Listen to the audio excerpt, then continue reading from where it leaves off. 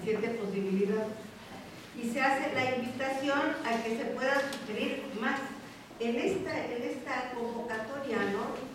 Bueno, empecemos por analizar los dos primeros milagros y ya luego viene todo ese trabajo necesario y urgente de realizar, sobre todo por la gente joven como ustedes, ¿no?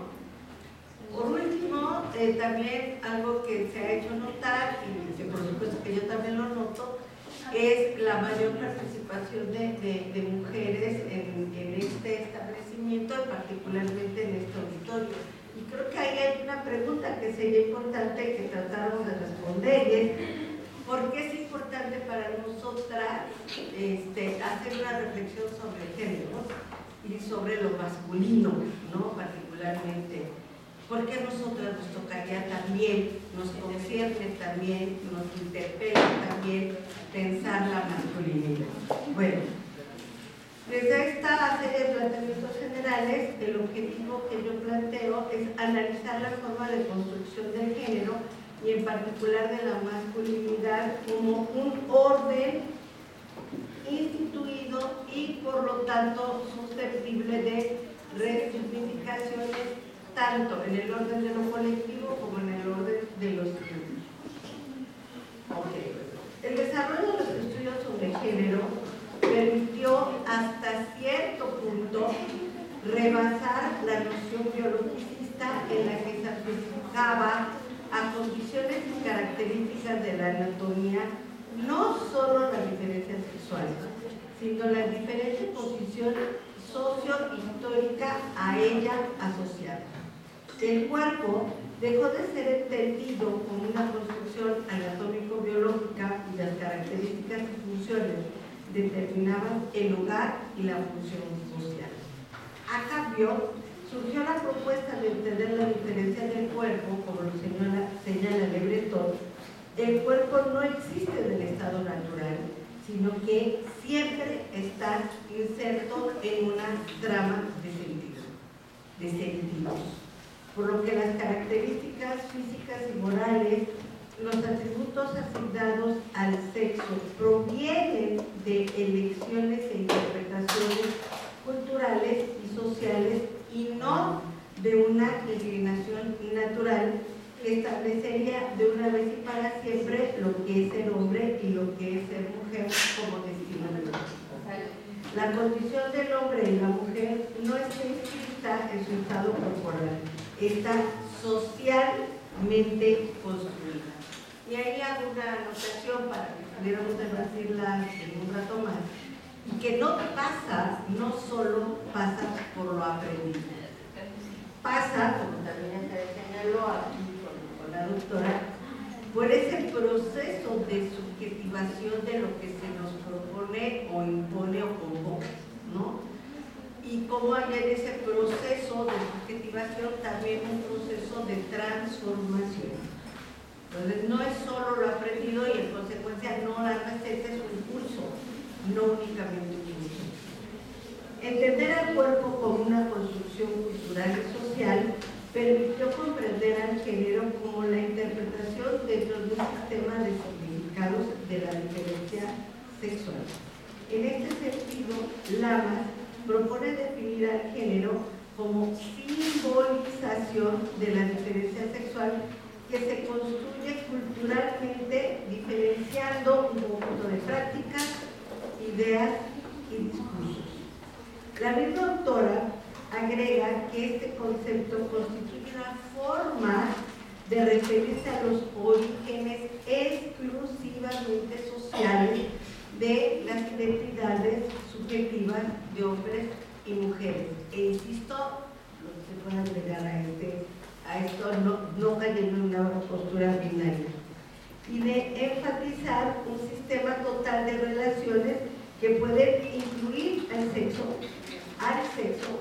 pero no está directamente determinado por el sexo o determinado por la sexualidad.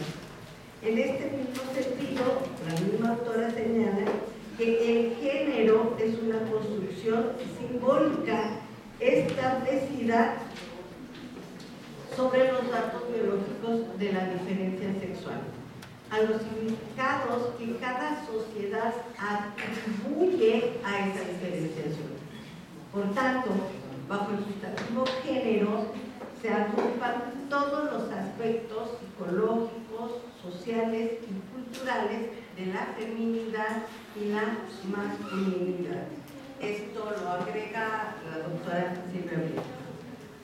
Ser mujer u hombre es una idea cultural y no una condición biológica, una construcción imaginaria de esta diferencia simbólica compartida por una colectividad que estructura al sujeto en una cultura y en un momento histórico y regional particular y específico. Esta propuesta teórica da paso a la comprensión de las diferencias genéricas como efecto de un determinado orden cultural que a su vez también es susceptible de análisis y modificaciones, ya que las prácticas sociales son creadas, instituidas y sostenidas por los hombres y las mujeres. Desde esta perspectiva, podemos establecer la diferencia entre el sexo y la interpretación que sobre él se hace, el género. Respecto al primero, podemos señalar que hace referencia al conjunto de particularidades anatómico-biológicas que caracterizan a los individuos de una especie. Y aquí cito a Elizabeth Roudinesco en su último texto de este año. El sexo biológico existe y no responde ni a una elección ni a una demanda, ni a una voluntad de asignar, ni a una elección. Esta afirmación, y no perder de vista, es muy importante, sobre todo cuando tenemos una gran discusión, un gran análisis a realizar por delante, sobre todo con respecto a todo lo que implica en cuanto a políticas públicas, en cuanto a legislación y en cuanto al sistema de salud, sobre estas nuevas formas de construcción del género en el que se confunde el sexo y el género. Entonces, el sexo existe, tiene un orden de materialidad anatómico-biológica y el género antecede al sexo, sí, pero como interpretación. Y tiene efectos sobre eso en tanto que cuerpo generalizado, ¿no? Esta parte creo que es muy importante de tenerla presente. Ahora bien, el sexo no puede ser pensado anterior al género, sino que es desde el género que se piensa el sexo como natural. El género establece un enlace entre el lenguaje y la acción. Las acciones repetidas y reconocidas por lo social conforman la identidad de género. Una ilusión discursiva, una ilusión que hace efectos, ¿no? Como ya nos lo mostraste en todas tus viñetas, ¿no? Discursivas que regulan la sexualidad dentro de un marco histórico-cultural y por consecuencia de todas las instituciones que conforman este marco histórico-cultural. Por género, podemos entonces entender un sistema de prácticas, símbolos, representaciones, normas y valores en torno a la diferencia sexual entre los humanos. Y también ese es otro tema. Estamos hablando del humano y exclusivamente del humano. Establece la división sexual del trabajo y las diversas formas de control sobre la sexualidad para la reproducción de lo humano y de lo social.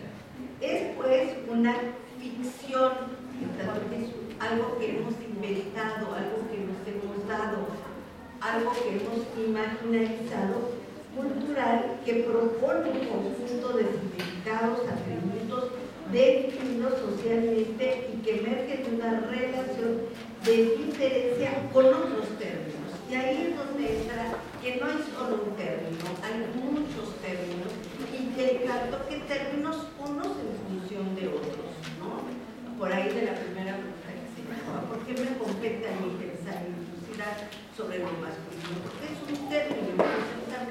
cual se define lo femenino y todas las otras propuestas genéricas, ¿no?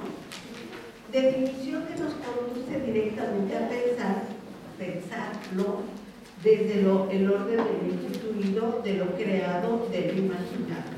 Designar al ser humano como ciudadano, socio, paciente, miembro profesional, delincuente, masculino, femenino, lo que guste, lo que se les ocurra, son todas ellas formas de lo humano puesto en circunstancias en relación al humano cruzado, designado por una intención que le adjudica el modo de inscribirse, de insertarse en lo social, de un sentido funcional que fundamenta y justifica poder actuar con él, para él o contra él, ¿no?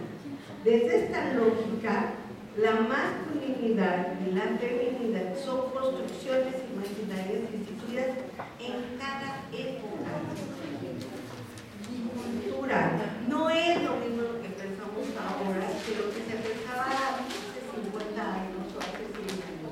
No es lo mismo lo que se piensa hoy, ahorita, en un determinado país o región, a lo que se está pensando en otro país o región.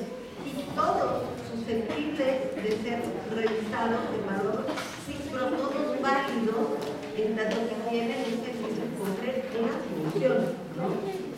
Entre los diversos usos y prácticas de una cultura a otra, de una época a otra, no hay diferencia de progreso, sino de sentido, en tanto consecuente y consistente con una ética y con un grupo cultural que requiere de ese sentido para su sostenimiento.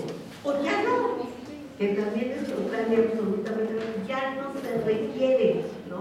Es más, no solo no se requiere, hace obstáculos.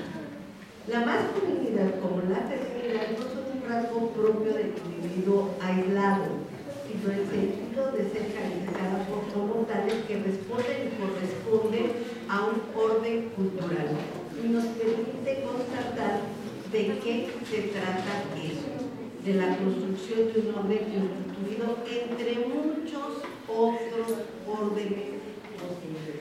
Hay la comparación, ¿no? Podemos crear otros órdenes posibles, desde donde proponer, imponer, convocar referentes identificatorios, mandatos, formas de ser, pensar y sentir.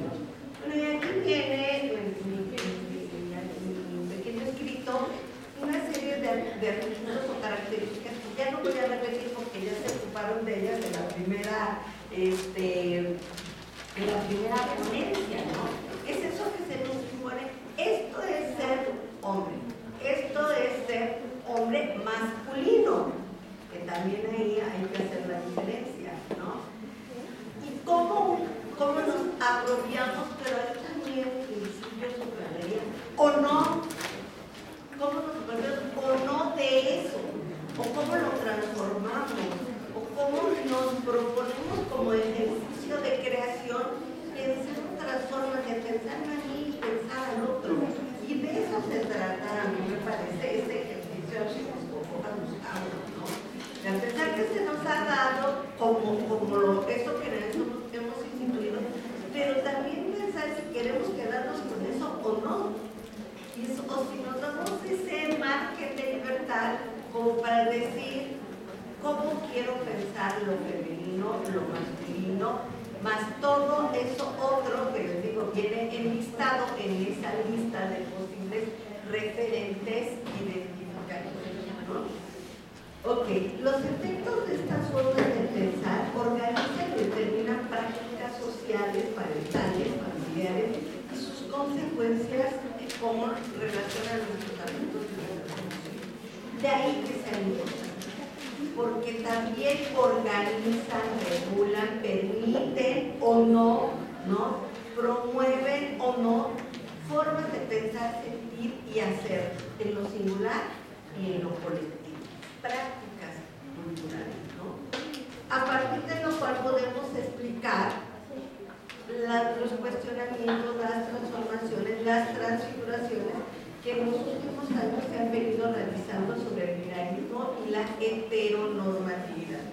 Lo que implica no solo ampliar el horizonte, lo que puede definirse como género, dando lugar a una serie de posibilidades de referentes identificatorios, sino también asumir la posibilidad y el reto de repensar, de resignificar a lo que nos remite y se sostiene como masculinidad y feminidad, a repensar lo que se hace, piensa y siente desde un referente identificatorio, pero también desde múltiples posibles referentes identificatorios, susceptibles de ser modificados y con ello modificar los lugares, las prácticas y los efectos ligados a ellos.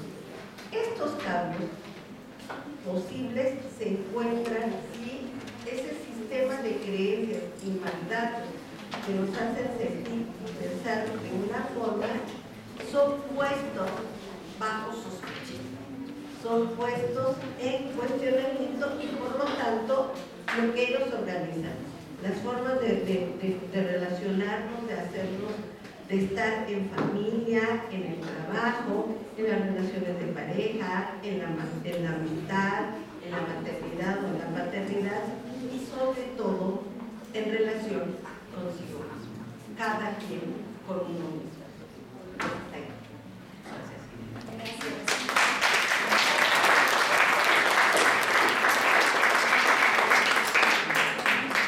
Pues miren, para cerrar esta parte y lo que hemos hablado el día de hoy, recuerden que cuando el doctor Francisco nos habló de las cuestiones de violencia que existen con respecto a las mujeres, la violación y los crímenes que cometen hacia las mujeres.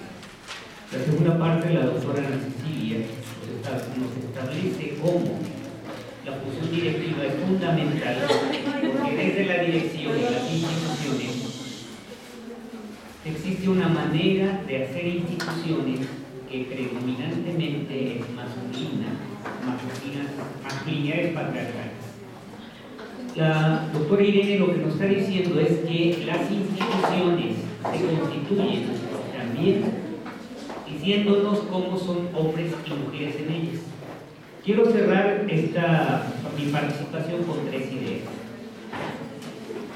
Me parece que es importante señalar que la historia que tenemos, la historia nos permite entender qué está pasando. Todo el siglo XX se conformó una idea de lo masculino. Yo traía un ejemplo muy claro en el caso del cine mexicano. Y empezaría con una canción que hizo muy famoso Jorge Negrete, que se llama Yo Soy Mexicano, no sé si se acuerden, si no se las recuerdo un fragmento, y van a ver que en la canción está todo lo que estamos hablando el día de hoy. Dice: yo soy mexicano, por suerte mía, la vida querido por todas partes, se me reconozca por mi valentía. Yo soy mexicano, en aire me fijo, como Cuauhtémoc cuando estoy sufriendo, antes que rajarme, me aguanto y me río. Me gusta el sombrero echado de lado, pistola que tenga, cacha de pelado, fumar en hojita de tabaco picado, jugar a los gallos, saberme afamado, pero más que todo, ser enamorado. Yo soy mexicano, muy atravesado.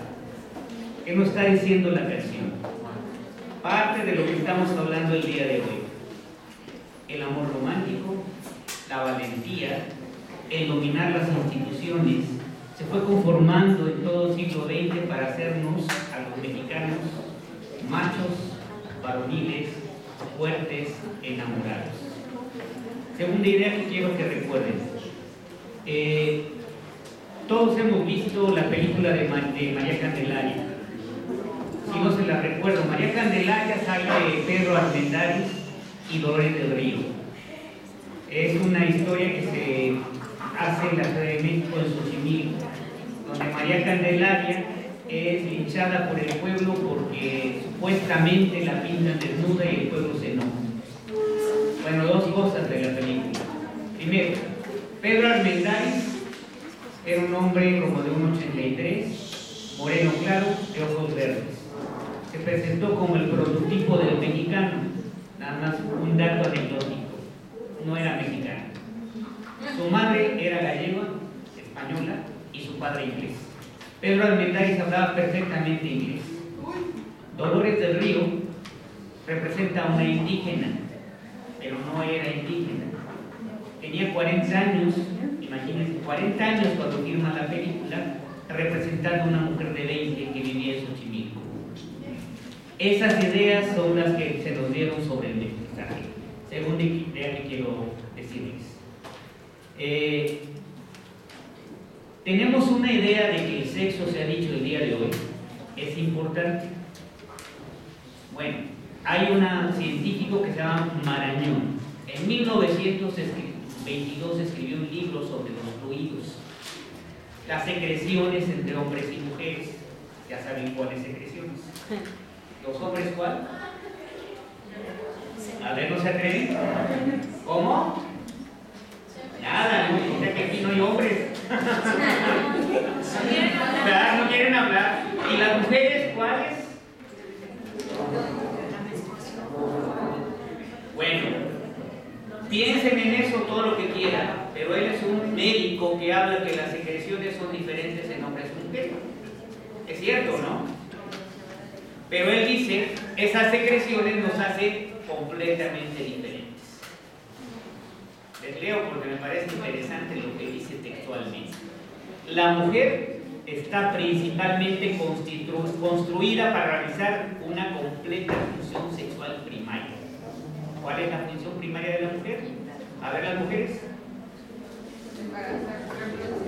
Exactamente. Concebir al hijo, incubarlo, parirlo y lactarlo.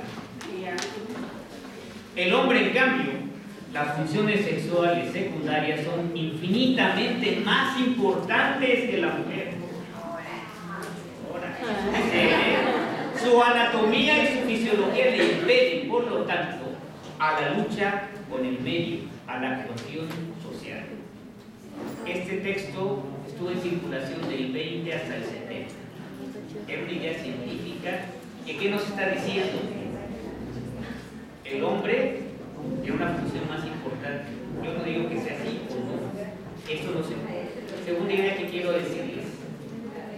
Ya sé que el tiempo ya están cansados y a veces es importante. Hay un cuadro de Jorge González Camarena que se llama Díptico de la Vida.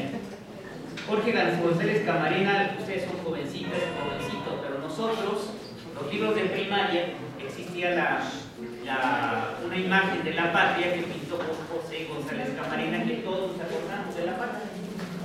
Bueno, él en 1940 pinta este mural en donde representa al hombre y la mujer, nada más que ya también se ve esperado la compañera y apagó la máquina. Para enseñarles la imagen que se pintó en 1940, no ya va a ser complicado para aprenderle, no se preocupen. Se pinta en el Club de Banqueros de la Ciudad de México. Imagínense, el Club de Banqueros en 1940. El tipo se le ocurre pintar a 12 encuerados. Los banqueros, los hombres más conservadores, hombres, cuando ven el cuadro y ven un hombre desnudo y una mujer, dicen, ¿qué carajos es esto? No lo pudieron quitar porque González Camarena era un pintor, no era muy famoso en el 40, después se convirtió en un pintor muralista muy famoso. Pero ¿qué representa el cuadro? A los hombres y a las mujeres que en México se querían. El hombre como qué? Como el proveedor, la fuerza que engendra vida, el artífice de la construcción del México, porque él es el que le da la vida. ¿Y la mujer qué es? La tranquilidad, la serenidad, la esperanza. Dejo esas imágenes, vean nada más toda la fuerza de la historia en esto. Termino por los tiempos con una última imagen. ¿Cómo podemos desde la historia y desde lo que nos está pasando cuestionar estas ideas? Curiosamente la historia la escriben, ya saben, los vencedores o los que tienen poder o los que la pueden describir y generalmente son los hombres. Pero también la historia tiene la otra contraparte. Los que no se hablan, los que no se dicen, pero que cuestionan lo que está dominando. En mi perspectiva, la historia desde el género y desde lo masculino y femenino es eso. ¿Dónde se ve el primer caso muy claro de México?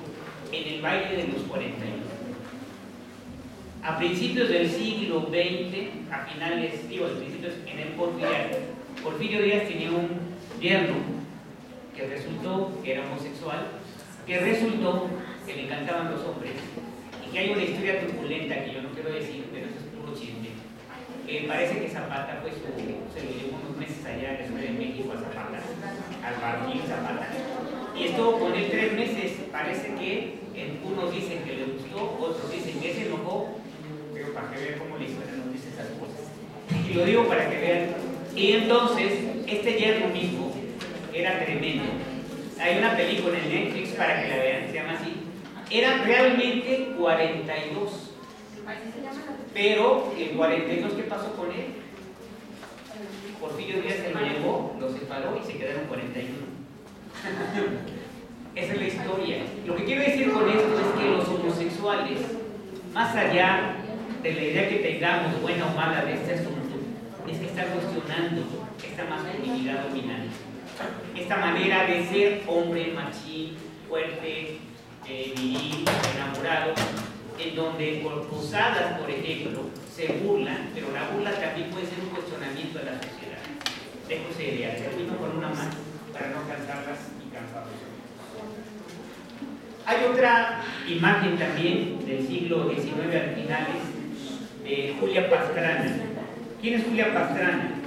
Es una mujer, le podríamos decir, indígena, sonorense, que nació con un problema congénito que la hizo que tuviera mucho vello en la cara y en el cuerpo.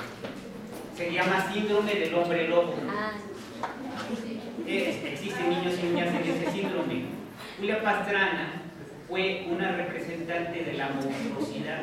La medicina quería una ciencia de los monstruos.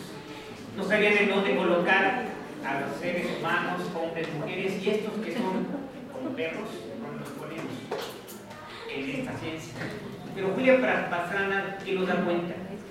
De que las diferencias físicas claras demarcan otras formas de ver lo masculino, lo femenino.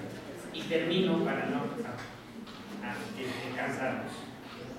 Hay un concepto que trabajó Carlos Lenzberger, que se llama la filosofía en clave ojolabal, que dice: si seguimos pensando como los occidentales que lo que más importa somos nosotros, nuestra individualidad, nuestra masculinidad, se nos olvida que cada uno de nosotros no vive solo.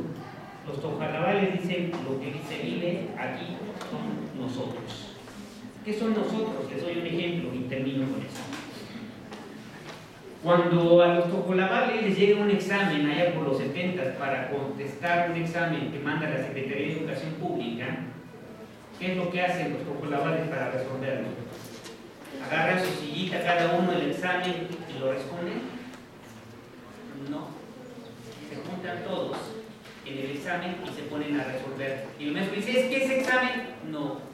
Este examen es de todos nosotros y lo vamos a resolver nosotros. Curioso. México, filosofía. ¿Qué enseña la historia? Que lo más importante de todo lo que hemos hablado el día de hoy es pensar que el acto educativo es un acto político, y no político por lo que dicen los políticos, sino porque nos permite desde la diferencia cuestionar y preguntarnos. La masculinidad dominante que hemos vivido los varones, que ha generado violencia, agresiones y diferencias, el día de hoy requiere ser cuestionada. Requerimos pensarnos y pensar entre todos. Me asumo como un feminismo, diría, desde la diferencia. Somos diferentes, pero la diferencia no tiene que separarnos, sino que ser una parte importante de nosotros. Gracias.